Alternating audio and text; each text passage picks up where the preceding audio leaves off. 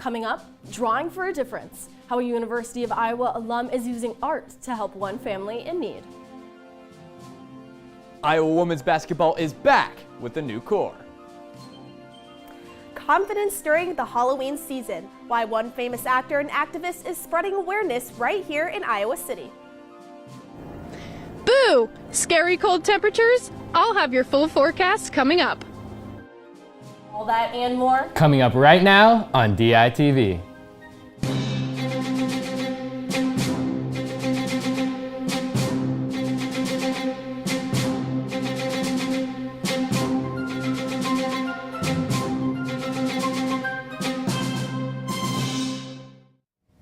Well, happy Halloween and good morning from Iowa City. It is Friday, October 31st. I'm Isabel Thier. And I'm Karch Smith. And the third member of our team, Liz Schultz, is live outside with today's spooky forecast. Liz, you're at a cemetery and you look a little cold. How's the weather out there? Well, Izzy and Karch, it is Halloween, and it's pretty chilly out here right now. It's about 37 degrees. So anyone trick-or-treating tonight or going out tonight, they're gonna have to bundle up. But to answer your question, it's Halloween, and I'm outside here with the Black Angel, the urban legend, and what better day to be out here than Halloween? I'm actually terrified right now, so we're going to take a look at that Pentecost camera. Now, we're taking a little pause from those freezing temperatures for the next couple days. Later on today, it'll be mostly sunny with an overall high of 56, and if you're hitting those haunted houses or have other Halloween nightlife plans, be sure to dress warm. It'll be a cloudy Halloween evening in the low 40s with light wind all night. And whether or not you believe in the Black Angel urban legend, she sure knows how to set the mood right for Halloween. I'll send it back to you guys. It's art, but for a cause. A University of Iowa alum is offering her time and talent to raise money for a childhood friend who lost nearly everything in a house fire. DITV's Kibeti Mutemba has how this unique act of kindness gives the artist friend hope in a difficult time. It's one of those friendships where you can pick up right where you left off. Alexis Pesante Mercado and Kristen Sneed connected during high school in Missouri. They became close but were soon worlds apart not long after graduation. Despite this, their bond is still strong, especially when one of them needs help. In June of 2025, the Pesante Mercado family home in Hawaii went up in flames because of an electrical issue. Kristen, somewhere around 4,000 miles away, decided to exchange her art for donations to contribute to their GoFundMe and help rebuild their home. When you think of illustration, you maybe don't think of building a house that burns down, but this is what I have to do to contribute. She got the idea from University of Iowa professor Paige Lewis, who says they're glad that the lessons they've taught students go beyond story. Yes, I want my students to learn about sonnets and how to write a short story, but to also have students thinking about how to help others and how to use their art to help others. I think that is incredible. For Alexis, while donations are much appreciated, she's just glad to be in the thoughts of a friend. But just the fact that she even thought to do something like this was more than enough for me. I just couldn't imagine not having her as a friend. The Pesante Mercado family's GoFundMe is almost halfway to its goal of $10,000, and Kristen estimates she's been able to help raise at least $400. The impact of Alexis's friendship on Kristen is clear if you see just how many of these flyers she has hanging up in the English Philosophy Building. At the University of Iowa, Kibeti Mutemba, DITV. The Iowa City Community School District is cracking down on behavior. The district has a new support team that is investigating students' physical aggressions, office referrals, and academic performances. The goal is to find new ways to support the schools. And District Deputy Superintendent Chase Ramey said the staff is reporting more incidents this year than last year. But during last year, there were over 130 instances of students injuring faculty. The supporting team plans on bringing a drafted behavior plan to the school board this winter. And we are 31 days into the government shutdown. And so we have DITV's news director, Kayla Smith, joins us in the newsroom with information on how the Senate is facing these new tariffs during the shutdown. Izzy, Karch, even through this government shutdown, the Senate is still hard at work passing other measures. Now, they just voted to pass a resolution that would block Trump's global tariffs yesterday. On this vote, the yeas are 51, the nays are 47. The joint resolution is passed. Now, these resolutions, they look to terminate the emergency declarations used by President Trump to impose the tariffs. 4 Republican senators joined the Democratic Party for this vote, passing the resolution 51 to 47. These include Senator Lisa Murkowski of Alaska, Rand Paul of Kentucky, Susan Collins of Maine, and former GOP leader Mitch McConnell of Kentucky. In this act, it's largely symbolic, and the resolution is unlikely to impact Trump's tariffs, as the House of Representatives is not expected to take up the resolutions. And this is also the 3rd time this week that the Senate has voted against Trump's tariffs. On Tuesday, they approved a resolution to block tariffs on Brazil. The following day, they approved a resolution to block tariffs on Canada. And once again, these are unexpected to make it out of the House, but it certainly sends a message from the Senate straight to the White House. And tomorrow is November 1st. And this means that hundreds of thousands of Iowans will likely not receive benefits from the Supplemental Nutrition Assistance Program, better known as SNAP. But Governor Kim Reynolds is trying to find some ways to support food pantries and banks in light of this potential lapse in aid. She announced Thursday that the state will match cash donations to the 6 regional food banks in the state up to $1 million. And just last night, right here in Iowa City, Big Grove Brewery pledged $12,000 to food banks across the state. Governor Reynolds also activated the National Guard and asked the Department of Health and Human Services to deploy volunteers to help with food assistance operations across the state. And now, for those of you in Johnson County who might be feeling a little bit of anxiety about this situation, you can find information on all of the food pantries in the county on the Johnson County government website. Izzy and Karch, back to you. New research from the University of Iowa shows that where you live could affect how fast your brain ages. The study found that older adults in low-income neighborhoods who have limited access to food experience faster cognitive decline. They say better access to affordable and nutritious options could help keep minds sharp. The team hopes their findings push communities to make healthy food easier to get for everyone. And coming up later, a spooky history lesson and an important lesson before the weekend. And coming up later, women's basketball returns to Carver, media day for men's wrestling, and a packed weekend for all of Hawkeye athletics. All of that and more coming up right after the break. Stories occur every day, and here at DITV, we've got you covered with up-to-date news and politics. We are anxiously waiting for those votes for not only the national election, but here in District 1. Community members protest and stand for science.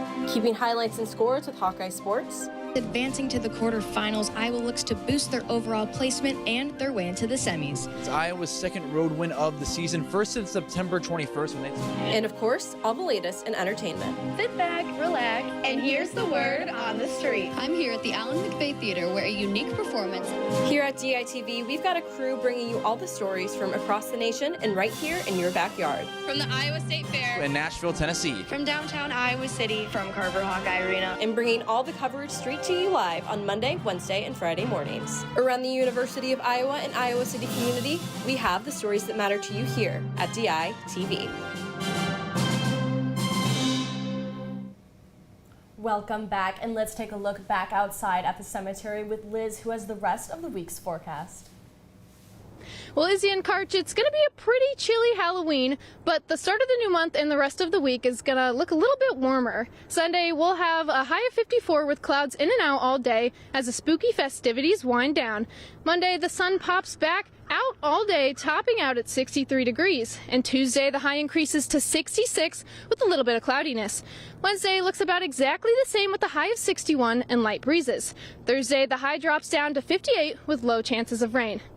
And as I said before, I am in front of the legendary Black Angel. I'm actually extremely afraid of statues, so I might as well face my fears and go ahead and touch it. All right, here we go, guys.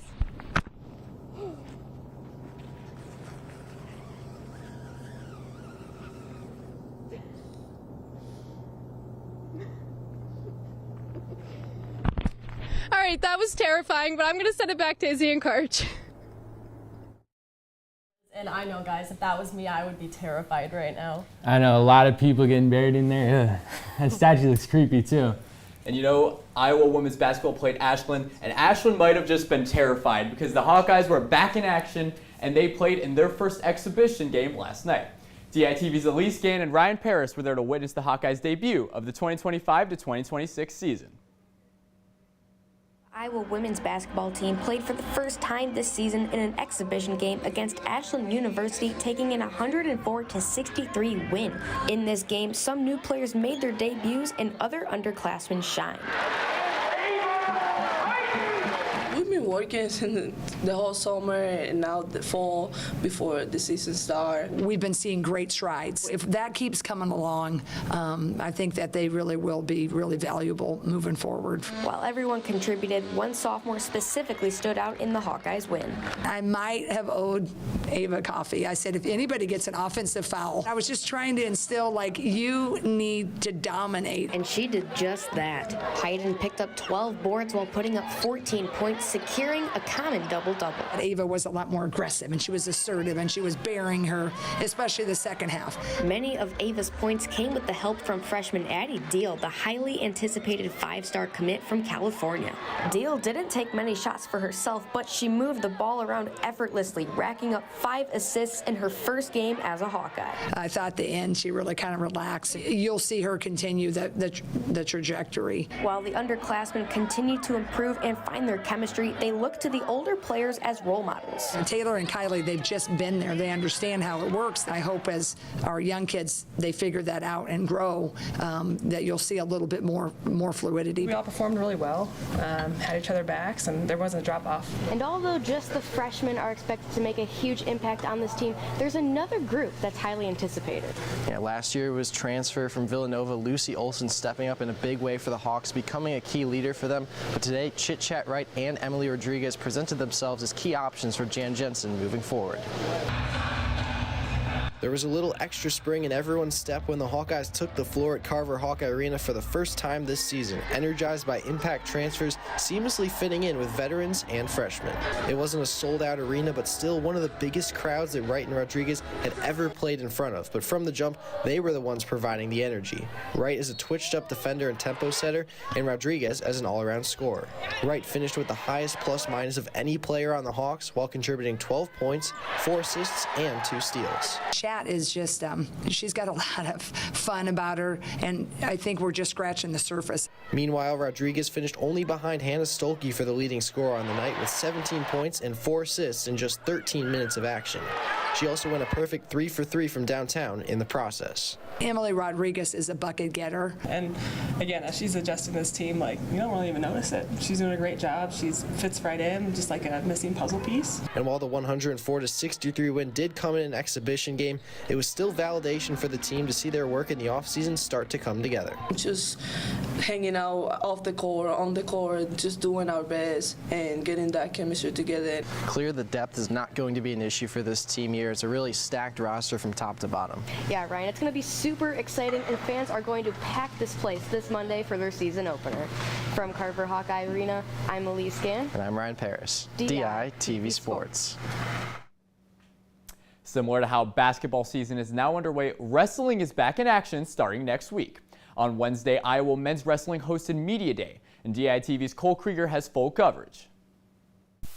With the wrestling season right around the corner, Iowa head coach Tom Brands and the Iowa men's wrestling team talked about the outlook of the upcoming season and his thoughts behind Iowa having one of the hardest schedules in the country. Why would you go to the national duels when you wrestle Penn State, Oklahoma State, and you go through the Big Ten every year? Why would you do that? We got to win. Is that too much pressure?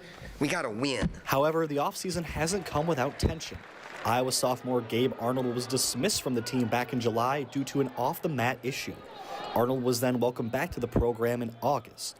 Arnold spoke to the media for the first time since the incident. Yeah, I think roller coaster is the best way you can describe it.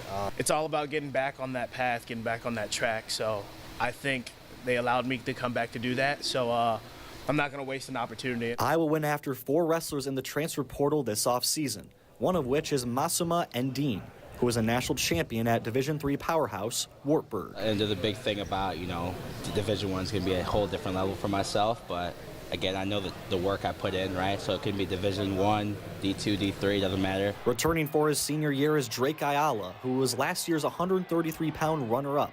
Ayala and Brands talked about what the senior has been focusing on in the offseason to reach the next level. You address the things that he's fallen short in a very serious manner and in a very consistent manner. I mean, there's always stuff I can get better at, and so me and Tom have been focusing on different areas of my wrestling. Well, the message from head coach Tom Brands is simple: win. He expects a lot out of his team this season despite a brutal Big Ten schedule and a spot in the national duels. From Carver Hawkeye Arena, Cole Krieger, DITV Sports.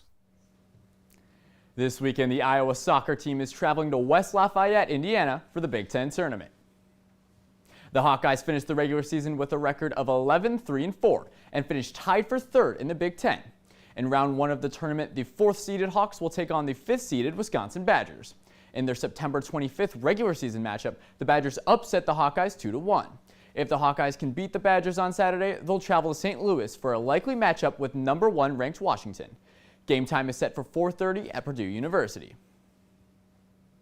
The 10th ranked Iowa field hockey team closes its regular season chapter against Ohio State later today. Iowa is coming off 2 shutout wins, outscoring their opponents 41-20 this season. Looking ahead, the Big Ten tournament will be hosted in Bloomington, Indiana, starting Thursday next week. The Hawks have made 28 Big Ten tournament appearances, the most of any member in the conference.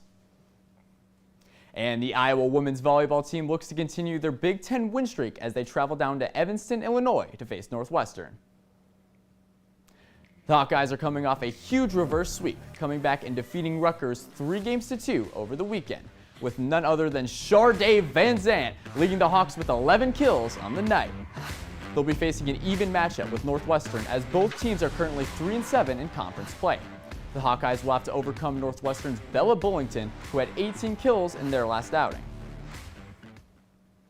Well, the revamped men's basketball team will be under the nation's watchful eye, and 2 Hawkeyes are already in the spotlight. Alvaro Folgueras has been named to the preseason top 20 list for the Karl Malone Power Forward of the Year award. The Spaniard was the Horizon League Player of the Year in his 2024-2025 season at Robert Morris. Bennett Sturtz, another first-year Hawkeye, was named to the preseason watch list for the 2026 NABC Division I Player of the Year award. The guard is one of 5 players from the Big Ten Conference to make the list. Guys, with Halloween season and a lot of sports coming up, I'm excited to watch the games. Oh yeah, you can always go to the games and check out what's going on in downtown Iowa City. I love Halloween, and that's why we're going to send it over to Grace Lathrop for the vibe.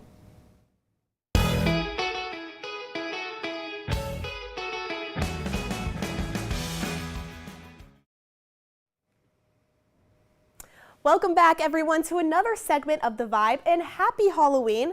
Today, I thought it would be only fitting to give a little history lesson on this very spooky holiday. So before we begin, let me get my glasses on for this one. Okay, Halloween originally began over 2,000 years ago with an ancient festival celebrating the ending of harvest and the beginning of winter on October 31st. It was believed that on this night, the wall between the living and the dead was at its thinnest state, leaving spirits to haunt the earth. Halloween was brought over to the United States in the 1800s by Scottish immigrants. They brought traditions over that included pumpkin carving, which were usually used to scare away spirits, but has now turned into a beloved holiday tradition.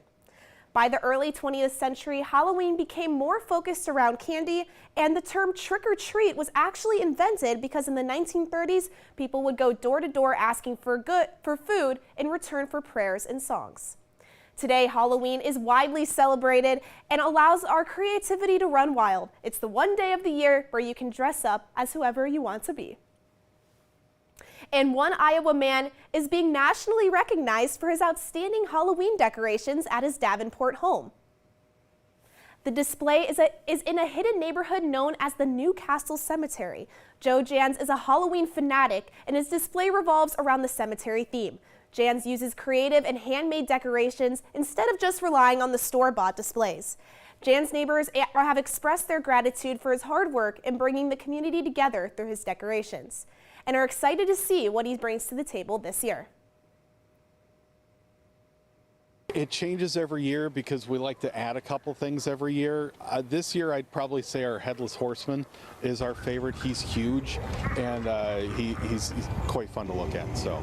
It takes Jans and his family about 3 weeks to set up the house, and this year his attention to detail is immaculate. This dedicated Davenport family is making a terrifying impact not only in Iowa but nationwide, drawing attention from families across the country. And Halloween is bringing lots of celebrations and fun across campus. Many students will dress up for Halloween weekend in fun and creative costumes. But for some, this can bring up hard emotions about body image and self-confidence. DITV's Morgan Burhans takes a look at how Body Image and Eating Disorder Awareness Club aims to help people celebrate Halloween and themselves. Halloween can be a very stressful time for body image. From small costumes to strict beauty standards, many people struggle to enjoy the holiday. The stigma around sexy costumes and skimpy clothing and looking hot for Halloween instead of just dressing up and going out with your friends. That's why student organizations like the Body Image and Eating Disorder Awareness Club work to help students celebrate Halloween and themselves with confidence and appreciation. Having this community, I feel like, is just really welcoming and can definitely help people through these challenges that they're facing. They make it clear that you're not the only person going through it. With social media filled with comparison and perfection, it creates pressure for people to enjoy the holiday with the thief of comparison in their head. Nothing you see on social media is real. It is all posed, it is all edited. You're kind of wanting to validate yourself and your body and your costume and everything like that on social media, which can be extremely harmful. That's why the club hosted actor and activist Allison Stoner for an open discussion about mental health and eating disorders right in time for Halloween weekend. Allison has been in many popular movies such as Camp Rock and Cheaper by the Dozen. They want everyone to know that Halloween might get stressful, or lots of thoughts might happen while I'm there, or insecurities might bubble up. But there will be an end. There will be an end point to this. So now is not forever. It's going to be temporary. So enjoy Halloween. Eat lots of candy, have fun with friends, and embrace that fun costume. From Iowa City, Morgan Burhans, DITV. And Halloween for college kids does not involve going door to door asking for candy. Instead, they are likely going bar to bar. It's called Halloween Weekend, and it's one of the biggest bar events of the year. Locals and visitors alike hit the town wearing their best costumes and visiting their favorite bars. Compared to a typical weekend, bar managers say they're expecting anywhere from 2 to 3 times the size of their normal crowds. That means the demand is high and bars are finding ways to prepare for the rush of crowds. With the high demand, the high supply and demand, we can charge higher covers to get in. We have different specials going on for the weekend. It's going to be a lot busier. So if you're headed out to the bars this weekend, make sure to stay safe and have so much fun. And for our Feel Good Friday story, let's take a trip over to Washington, D.C. for trick-or-treating at the White House.